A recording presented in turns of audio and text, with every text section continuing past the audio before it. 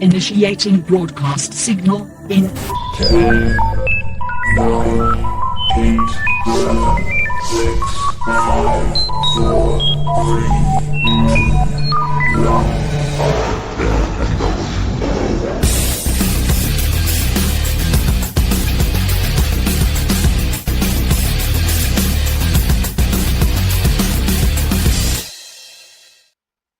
Ladies, gentlemen, and knights of the Nerd World Order, this is the Nerd World Order broadcast. I am the man that you call Dukes, and to my right, it's all about the... Booyah, what's up? It's your boy Joe, baby. And to my other right, weighing in 178 adamantium filled pounds, coming straight out of Anaheim, California, because that's where WonderCon was last week, Alfonso X-Man Flores. Magneto was right. You know, Magneto was right, because Magneto went to WonderCon, and he was like, this ain't too bad. This ain't too bad. You know? So that's what we're going to be talking about today, in case you haven't noticed, because I've said WonderCon like 101 WonderCon times. WonderCon. So we're going to be talking about WonderCon, which occurred, by the time you're hearing this, it's going to be 2 weeks. 2 weeks from when it actually happened. Now, I feel like WonderCon is a great topic because I've been following the medias of social, and people have very mixed feelings about WonderCon, and I feel like it definitely deserves a conversation. So I'll start things off by, we always start off with, well, what was your expectation going into this? The thing about WonderCon is, if you're a Comic-Con or comic book convention veteran, which I'll call myself, I've been doing it for a while, you know what you're going to get. It's not a big convention. My expectations weren't low. They were like, okay, I'm going to go in and have fun. And I'll let you know whether I did or not. Alfonso, expectations? My expectations were, of course, very high because they always are. But I'm really big into the X-Men. I don't know if anybody knows that, but usually WonderCon's a pretty big X-Men thing. It has been as of late because of X-Men '97, and the cosplays they're great. I mean, there's so many people in the community they're just representing. So I enjoyed it. It's a good picture out for me because I got to collect them all like Pokemon. So Alfonso, when you go to a convention, do you ever say to yourself, like, I want to get, like, certain characters, like, I want to get one Magic, one Colossus, one Rogue, or do you have, like, a favorite that you want to get? I mean, I want to get them all. Is there one in particular? I mean, I'm always down for a really good Sinister cosplay because Sinister looks so amazing. There's some people out there to do some awesome ones. Cable, of course, I want to see a decent Cable. I don't think I caught one Cable this year. I didn't spend enough time out by the fountain where I should have, because that's basically where they congregate. They get out there, they pose. The photographers go through and yell orders at them. But yeah, Cable's one I always want to get. Of course, I got to get my Wolverines, Emma Frost. The ones all my kids are named after. And Sabretooth's few and far between. That's a tough one. Gotcha. Now, Joe, what was your anticipation? I mean, just hanging out with and saying everything, but they're just panels, really. Like, I don't really have any expectations for that con anymore, because I feel like the last few years it's been declining. More so, I feel this year, just because I like the smaller. It's becoming a smaller event. Like, I like that. I like that a lot. It's just unfortunate the vendors aren't there. So, like, there's like a lot of open tables where vendors, not there. And Alf brought up a point. R2D2 in Chicago Con had people going there, and then also there was another one. I don't know which one that one was. What, but I guess there was like two different ones. Yeah, Planet Comic Con. Cool. Oh yeah, Planet Comic Con. So let's Kansas jump into City. it then, because beyond the anticipation, it looks like we're also getting into like what was our experience. Mhm. So Joe, since you've already jumped into it, overall, what was your experience? It was cool. Like the panels. I feel like it's kind of weird. The panels are better this time. So like we spent a lot of time in panels, uh, learning different stuff that we weren't doing, what we should be doing, and what we ain't motivated to be doing that we should be motivating to be doing, kind of thing. But the floor seemed it's smaller crowds. It seems to where it used to be before. But like I said, there's so many open tables where vendors should be, and they're not there this year. And I mean, it's a good opportunity for me. I sat down and rested, bro. I was just chilling. It's people watching at that point, but uh, there's just a lot of empty vendors, and that's the most part that I like about a con is the vendors that buy like whether it's posters, figurines, or anything. Like shirts or toys. I guess adult toys that you can get, and it's just the same vendors always go that have the ones that I never buy from. I was like, I seen you here last year, where other kind of things you didn't see was just empty. But it was I like the atmosphere of like small how it used to be because I always like the smaller cons. Like I mean, you look at like it's kind of weird like the decrease in WonderCon, but Ontario Revolution, that Comic Con seems like it's getting a little bigger. Yeah. More stars, Alan's texting me like wrestlers, some dope wrestlers are gonna show up. But I feel like they're getting more like into the photo ops and stuff like that, which attract vendors because people that go spend money to take pictures will buy the figurines that they have there or comics that they're in or whatever. Right. So that's actually a really good point, and you touched on a lot of good things. So let's jump into why it's sort of a cause and effect. So I'll just say this: previously, whether it be WonderCon, Comic Con, because those were our two California mainstays, you were Hmm. going to have Disney show up, also Marvel Hmm. show up, DC, and Funko. Hmm. Funko's lost its level of popularity anyway. Actually, all of them have. But that being said, there's no beacon. Um, there's no beacon presenter there. It's not like, oh, there's going to be this panel, and they're going to have like the cast of Daredevil, or something that's coming out pretty soon. Like, oh, it's going to be the cast of Invincible. Hmm. None of that's there because none of the studios are showing up, and since none of the studios are showing up, the vendors know that, and so the vendors are like, well, people are just going to go because it's WonderCon, Hmm. which means it's going to be limited. So it's this unfortunate cause and effect that because Disney has D23, Warner Brothers has their convention.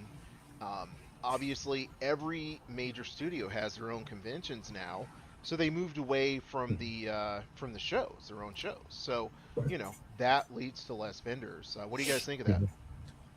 Yeah, I mean, there's only so much talent out there, that they can utilize or that it's willing to go to these things, and it was spread between the three Comic Hmm. Cons. I mean, just out of curiosity, I looked it up. What WonderCon had about 50 to 60,000 um, people, whereas C2E2 had 85 to 100,000. So big numbers there. Of course, if you got something you're going to promote, you're going to more likely want to go to C2E2, right? Get more eyes on it. Planet Comic Con actually had about 80,000 people going. It's nuts, and it's like WonderCon's a pretty decent sized convention. And Anaheim, it's a big draw, but I can see why places like Ontario is getting bigger. I mean, there's an airport right there. They can get Hmm. in and they get it out. They don't have to travel through the cities. A lot of people who come here, of course, they're going to want to hit Disneyland too. So whether or not they're the whole time, who knows? I was kind of disappointed because I missed the X-Men panel. My son had school Friday, and then Saturday morning I had other obligations before I went, so I didn't get to see the X-Men panel I want. I didn't actually see any panels because I was chasing around a 10-year-old little boy who did not want to go to panels. He didn't want to sit still, so I missed out on all that experience. But it was a good time to go with him. He got to experience, and I wasn't as I don't know. I don't know. It was just all about him. I was focused on the kid. I was so stoked about what he was doing. He cosplay every day for 3 days. He had one piece cosplay. He was he was Trafalgar Law. He had one cosplay that was super. What would you say? Obscure. There's this cartoon on Disney right now called Big City Greens, and he dressed up as that kid, and nobody knew who he was. But Devlin and his daughter went, and they dressed up as people from that show as well. So at least there was a nice little photo op between the three of them. And then he's just recently got into Demon Slayer. So Sunday he dressed up as Tanjiro, and he did a pretty good job. My daughter Emma went; she did his makeup. It was wonderful. We had a great time. But it was a different experience for me. Before it was like it's me and it's all about me and who I see and what I do. And this time it was just him. And one major disappointment I had was the fact that there was so little X-Men there because as somebody reminded me, X-Men 97 was 2 years ago. So they didn't have, and they don't have it coming out soon. So there was really nothing to promote. I think they would have done well if they had everybody there, but of course they're probably at the other cons. I did take one figure to have signed by one of the X-Men voices, and I kept missing him, so I never got that signed. I carried around an action figure for no reason for all 3 days. Is what it is. Were they even there? I don't even remember seeing them there. There was the guy who did Sunspot. I believe the guy who did Bishop was there for one of the panels, but that was really it. Nobody else was there. Yeah, they were at the R2D2, bro. It's like the same weekend too. So shout out to Finch, but Finch was like, good thing they're next year they're on different weekends. Yeah, and so it's not the same. But how many people that, and then like not to mention like we never get political on here, but people don't have money. So it's like you have to pick and choose which one you're going to go to, and then D23 is this year, so there's probably people that would rather go to D23 than WonderCon, or R2D2, whichever one they want to go to, or PlanetCon. You got to pick and choose which you want to go, just because financial situations and stuff. Oh, of course. So that's a pretty good point. Transitioning, one of the things that Joe mentioned, which was a really good point, and I feel like it's happening with a lot of smaller conventions, and bigger conventions kind of need to get on board with this, is smaller conventions are bringing in B-list celebrities that appeal to either anime fans. When I say B-list, what I mean is like it's the voice of who, that brings in people who love this anime, but they're not going to have to pay top dollar. And then you have these nostalgic groups, like for instance, Comic-Con Revolution in Ontario. They've got basically the entire cast of the CW Flash. Now, those guys are probably sitting around not doing very much. But when you get all of them together, it's like bet, I want to take a picture with like Katie Cassidy. That's who has been eluding me numerous of times. I've because of work, bro. I couldn't get like, well, you know what? Because LA, what was it, LA Comic Con or Long Beach Comic Con, whichever, I can't remember which one. LA. Always during Christmas, dude. So it's like I can't do the Saturday. It'd have to, like I mean. So I could only do the Sunday because I'm working 6 days, and I'm always missing it. Even the time where I was able to work early, get off, and then drive straight there later, it's already late. Like I just miss her every time. So this time, I'm definitely gonna get it. But see, that's another thing. The cast that used to be at WonderCon.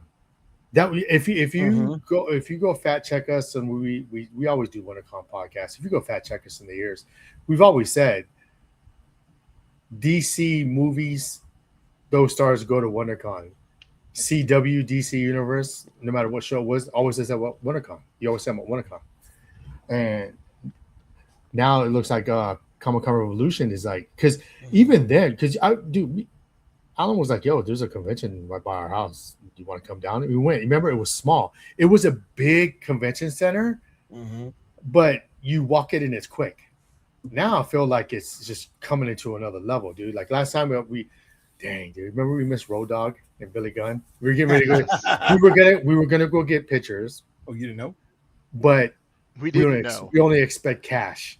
Yeah, we didn't know. They And so only I pay get mad. cash. I'm like, why do you want my cash? I'm like, because then you can't. There's no proof of the cash. I'm like, oh man. So by the time we go to the ATM, we walk back. I think Road Dog's gone, right? And then it's just Billy Gunn and Billy Gunn. I want to say they were both gone. Oh, they're both gone. I thought one left and then the other one left, Yeah. and then they didn't come back. Something happened. Did not. And bro, it was empty. It wasn't like we were gonna wait in line. Right. We could have just went right up there.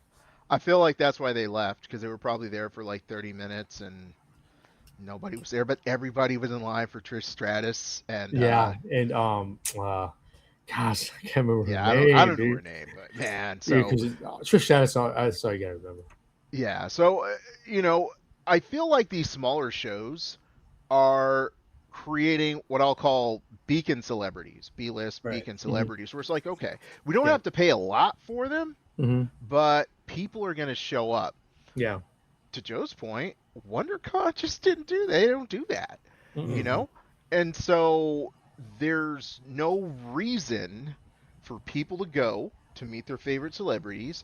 Therefore, vendors, not only are there no big booths there, but there's no one that's going to bring them in. The vendors look at the list, they're like, so they dip out. So it's kind of like this domino effect where it feels like WonderCon is not investing either monetarily or creatively into creating a show that people want to go to. That's the problem. It seems to me like all they have going for them is the cosplay community. Like they have all these nice exterior shots where people can get together and take these huge photos and epic photos. And I think it seems like that's really all it's geared to. So just basically a bunch of nerds getting together and dress up, and there's nothing wrong with that. But it seems like that's the major focus there. I was telling Alan, why do the camera people that be taking pictures really just don't look the part? Like I'm just watching them, like just like, yo, dude, like, bro, like you're gonna get the likes because they're taking pictures of women, right? Right. Yep. And you see them, the poses are never like, it's all the same. So if it's like one of us can grab a camera, like a really nice camera. Hey, let me shoot you. I'm this, right? And then just say, okay, dude. When I'm walking by watching them, they're not doing anything like extravagant with the poses. It's the same pose. Lift up your hand. Oh, turn your head this way. It's like bend over a little bit. Yeah, right? I mean, it's like when I watch it, like I look at the dudes taking the pictures. I'm like, none of them look professional. Except for Chief Geek. Chief Geek's got it going. I'm saying the ones that I walked by. I didn't see Chief Geek because Alan would have said, "Yo, that's Chief Geek." You know what I mean? I never actually see him taking photos. I mean, obviously his family is a cosplay family, right? But I never see him actually doing any photography. He's always in front of the camera with his wife and his son. So Joe's point is valid, and Alfonso's point is valid as well, which is validity.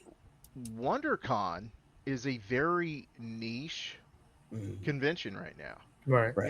Alfonso, they do have all those dope backdrops, right? They have the greenery over here. They have the water fountain. You go down a little bit further, it looks like a building. You're the not plants, that little plant jungle, bro. Yep. How many times every year you take the same picture? I just have a different outfit, but I'm gonna take it in the same spot. Hey, that works. Hey, that bro, works at least in Comic-Con, these fools be making up stuff.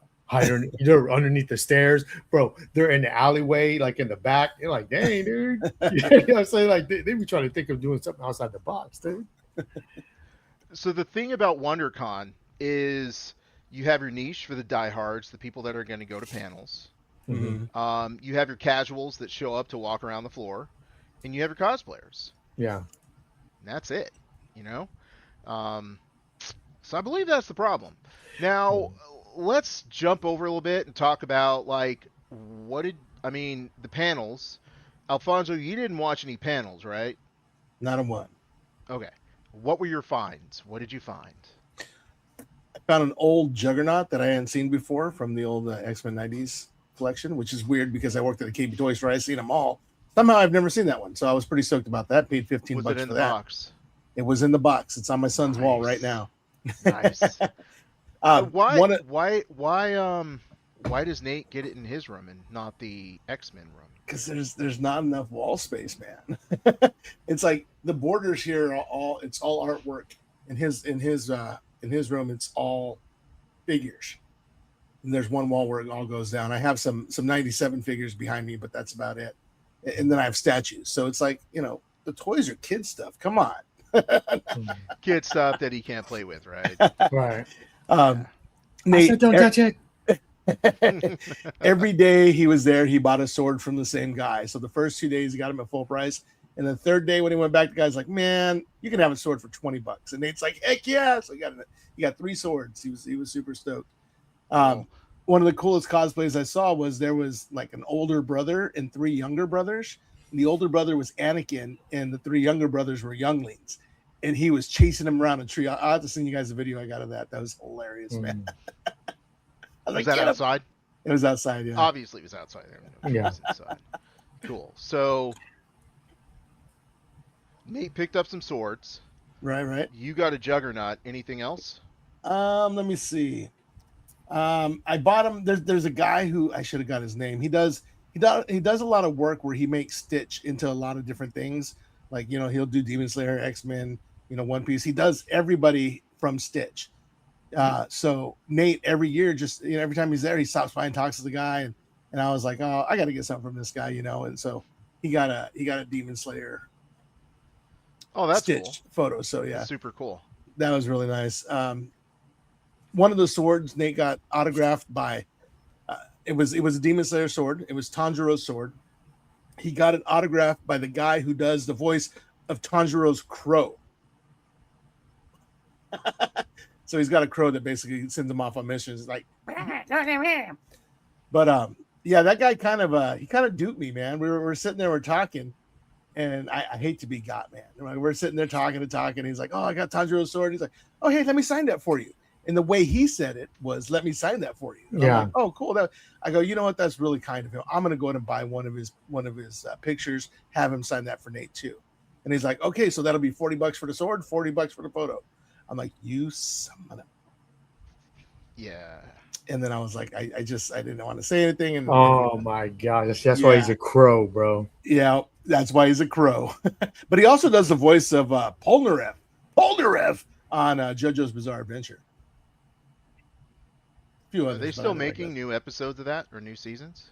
There's like a new season called Steel Ball Run that just came out. It's about horse racing. Apparently, it's my daughter's favorite part of it. I'm trying to catch up. I didn't watch the last season fully, so I was almost done with that, so I can start watching Steel Ball Run, which just dropped on Netflix. And that's Part of JoJo's JoJo's. Bizarre Adventure Yeah, related? Okay, cool. horse racing. Someday, not now, someday you guys are going to have to explain the timeline for JoJo's, but not Yeah. now.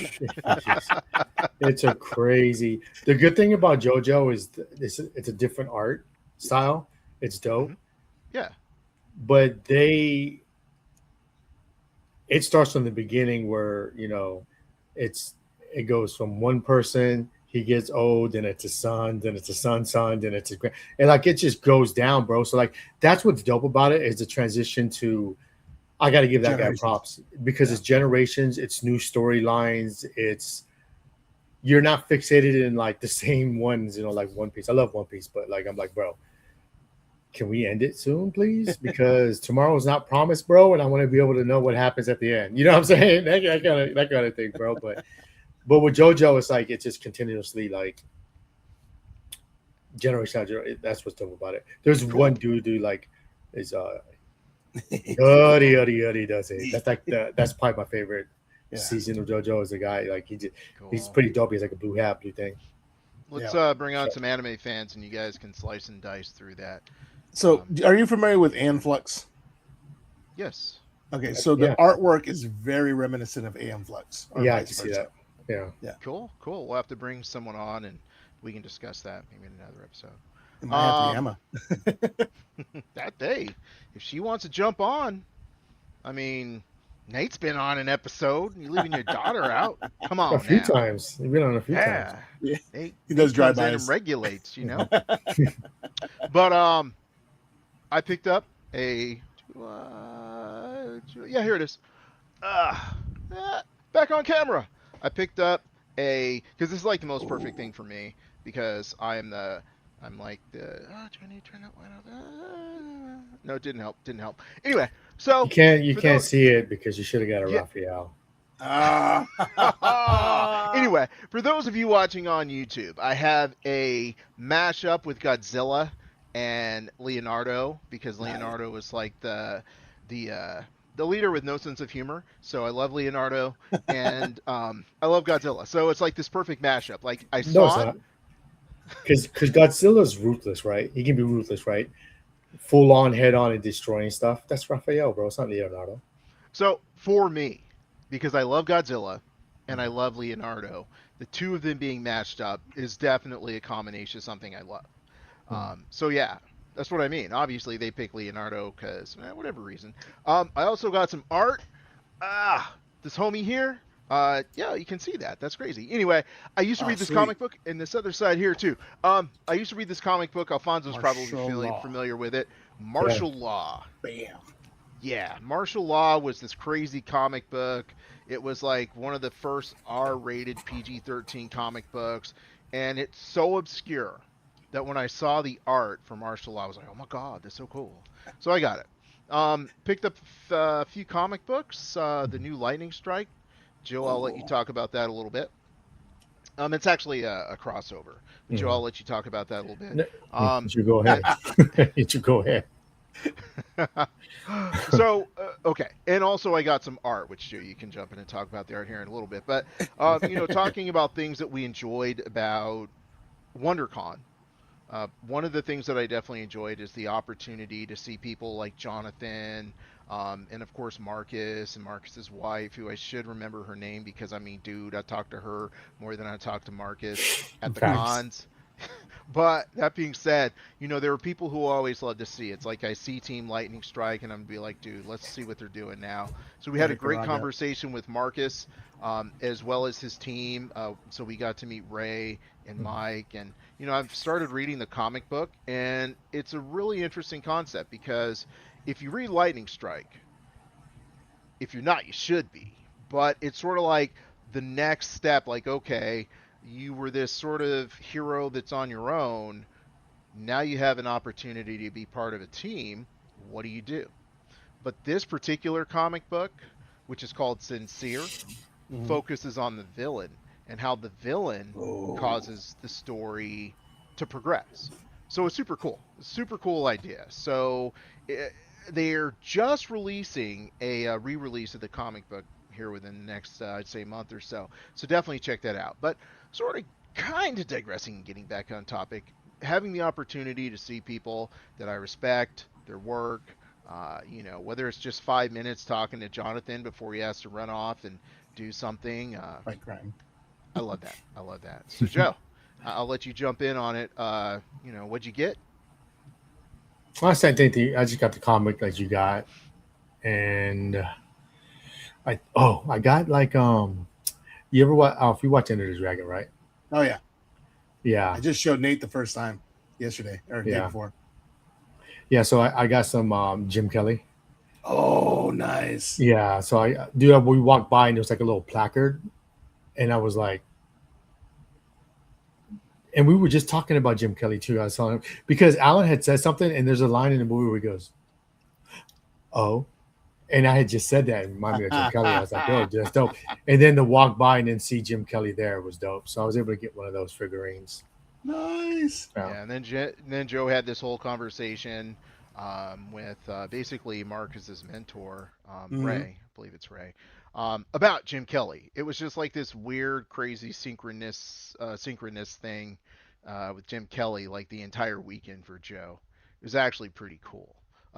Joe picked up some art, Vegeta, and was it Luffy? Yeah, I think it was like the figurines. Or not figurines, like Plaques. plaques, like small plaques. It's pretty cool. Nice. Yeah, but was it Luffy? I don't remember, bro. I really don't. I still in my bag. I came back, went straight to work, bro. I've been Oh grinding. man. You know what I'm saying, dude? This Yeah. week I've been grinding. Like I don't Yeah, remember. that's I cool. haven't had a chance to look at anything and pull anything out, bro. I just Dang. came Okay, back and well, I'm straight to d- work, dude. don't pull nothing out, bro. Don't pull Yeah, nothing out. It's You not know what I that kind of realized? show. I just realized that I totally forgot. I got 5 bootleg Lego Sentinels. 5. that's pretty cool. Are they the same? They're all the same, but they're Sentinels, so they're supposed to be the same. I also got the first appearance of Shadow King in Uncanny X-Men. Forget the number. Cool. Do they have a separate Nimrod Lego? Um, Bastion, but that came with, what did that come with? I think that came with, or was he a bootleg? I have a Bastion, but that was that time. But Okay. no Nimrod yet. Okay. No Nimrod. I'm gonna keep an eye out. Okay. Cool. Because I feel, well, yeah, I won't go into that. But yeah, so I definitely feel like for me, I really enjoyed WonderCon, but the reason that I go is different. Yeah. Now, if WonderCon wants to maintain uh, the attendance that it needs, that it's had in the past, it's going to need an overhaul. Right. And I often make the phrase like, it's like the hot chick who feels like she doesn't have to do anything except show up and have dinner with you because you're lucky that she even said yes to going to dinner with you. I feel like that's WonderCon, right? Like she's Mm-hmm. the sister of the hot chick being Comic Con. She's like, oh, well, my sister's hot, and I'm like kind of hot, so you should be really happy that you get to go to dinner with me. But you know what? You're not looking like your sister, WonderCon. Yeah, So, thanks. so that's the problem with Yeah, WonderCon is they feel like the name is going to be enough. And Right. I'm yeah, sorry, but you're not getting dinner from me anymore, WonderCon. yeah, man. It's like you know, getting a gourmet burger, and now you're getting like a Lettuce wine wrap. and diner burger. You know what I mean? That's what it Yeah, feels like, dude. And then, and yeah, not to mention, bro, like now we sound like we're stuck up, but we have pro badges, right? And it's not one line, bro. That's the point of getting a pro badge, right? Mhm. And you go there, and the guy's like, "No, it's a separate line. It's the same line. No, it's not. It's the same line. No, it's not. So it's like one, you only have 50,000 to what Alpha said, right? 50,000. You're not at 80,000, right? So if you're at 50,000, when prior years before that you were higher, there was no line like that to get your badge. It was went in there. It was actually faster. Mhm. It was so fast that we could have just walked in there even if we had pro badges. It was that fast. Yeah. So we wait in line. We go in there. Everyone goes to the right. We just go to the left to where dun, da, da, da, the badges is. There's no line. It just doesn't make sense, right? Comic Con, the real hot chick makes it very accessible to come see her, right? Meet me here at this time. Don't worry, I'll have that back door open. Whoa. You know what I'm saying? Because even Ah, Comic Con has separate lines like yes, pros and regular line, bro. You know what I'm saying? yeah, yeah. I know we sound stuck up, but The, it the sounds- civilians go it just over there. comes The it just normies. comes out wrong, right? Pause. But come on, dude. Like it's not even that packed for you to even say, hold on. It's one line. No, it's not. Yeah, it was rather pretentious for no reason. Like, oh, you're all going to have to go through this one door here and stand outside in the hot Mhm. sun. But Joe did get to talk to a cosplayer. She was super nice. Super nice. Yeah, Dude, she was nice. What was she cosplaying? I can't remember. Wonder Woman. Oh yeah, Wonder Woman. So like she was dope. So she was behind us, and then of course, the perverted guys. I call them, well, I'm just call them. They all look like perverts, bro. The perverts was like, yo, can I take a picture with my little fancy camera? Even though I am a pervert, whatever, dude. They're probably not, but they probably are. So like he's like, oh, those guys will hold your line for it, and then joke around. Oh, we're not gonna hold the line for it. So then we get in line and we're waiting. Alan's already pissed off, dude, right? Because we have to wait. We shouldn't have to wait. You know what I'm saying?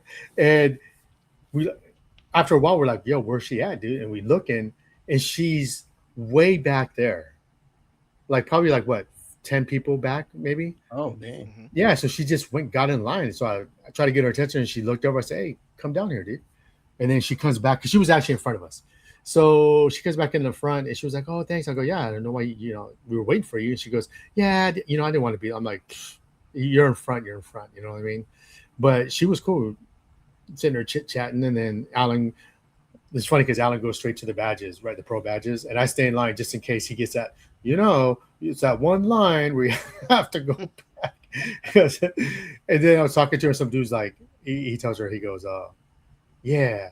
So you put the what did he say? He said, You put the Wonder. You put the Wonder in no, no, WonderCon. no, Or no, something no, like no, that. no, no, no, no. He said, I wonder where you're at, or something like it was something whack. Okay. And then she goes like this. No, I was thinking I put the Wonder in the con. And then I go, yo, that's pretty dope, dude. And the guy's line was so whack. I think that's what he said. He could have said something different. I Either way, it wonder, was whack. Con, are you? But the way she said, I was like, dude, that's dope. She goes, yeah, I've been working on that all weekend or like all week because I knew someone was going to say something like that. But she was like super cool. Yeah. Yeah. And that's the cool thing about WonderCon. It's because it's smaller. Mm-hmm. Yeah. You get to interact with people you probably wouldn't interact with in a larger con. Yeah. So that's cool. And you know what, too? In all honesty, bro, like a lot of cosplayers are actually pretty cool when you talk to them. Like you know what I mean? They're not really thinking they're a certain way. Like, like they could be an influencer or whatever, but you talk to them, they're all pretty cool. And they're not rude. You know what I mean? I think, yeah, sure. Bro, look, he took a picture with this dude. Who was it? Was it Blue Beetle? Yeah. Nice. Blue Beetle. And he had Or a water Green Lantern. bottle. He had a water bottle. Oh yeah. And yeah. and he hid the water bottle to take a pose. I'm like, damn, that's dope, dude. Where most people would have forgot that, hey, I'm holding a water bottle. Right. Yeah. So, I mean, overall, WonderCon, you have a lot that needs to get back to where you were before. You have more competition. People have other options, clearly, C2E2, Planet Comic Con. So, in order for this show to remain something that people want to go to, they have to recognize that times have changed and they have to evolve with the times. I'll let you guys give us your final thoughts. Final thoughts. Final thoughts, Alf. My final thoughts. Let's see. It's always a blast to go. I love these conventions. I feel at one with my people. I love obscure people. I see like the Rocketeer. I'm like, oh man, there's a Rocketeer. One time I saw Dr. Detroit. That was awesome. But I appreciate what they do. I got to drop some weight so I can do some cosplay. Get rid of this beard. It looks like a lot of fun. Brings a lot of smiles to a lot of people's faces. So keep up the good work. What, the beard or the not beard? Well, the weight in the beard, happy. because it's like I can't. I mean, there's not. I could be Red Guardian. That's about it. You'd have to have a beard. Yeah. Yeah, no. That's why I got to get rid of it so I have more choices. I want to be X-Men. I got to get some Cyclops advisory glasses. If only the thoughts could be final. Joe. Yeah, man. Smaller cons, cheaper to get tickets to get in. If you can't get into Comic-Con, WonderCon's always a good choice. And this concludes this episode of the Nerd World Order broadcast. So until next time, ladies, gentlemen, knights of the Nerd World Order, I am NWO. We are NWO. Nerds redefined. Booyah!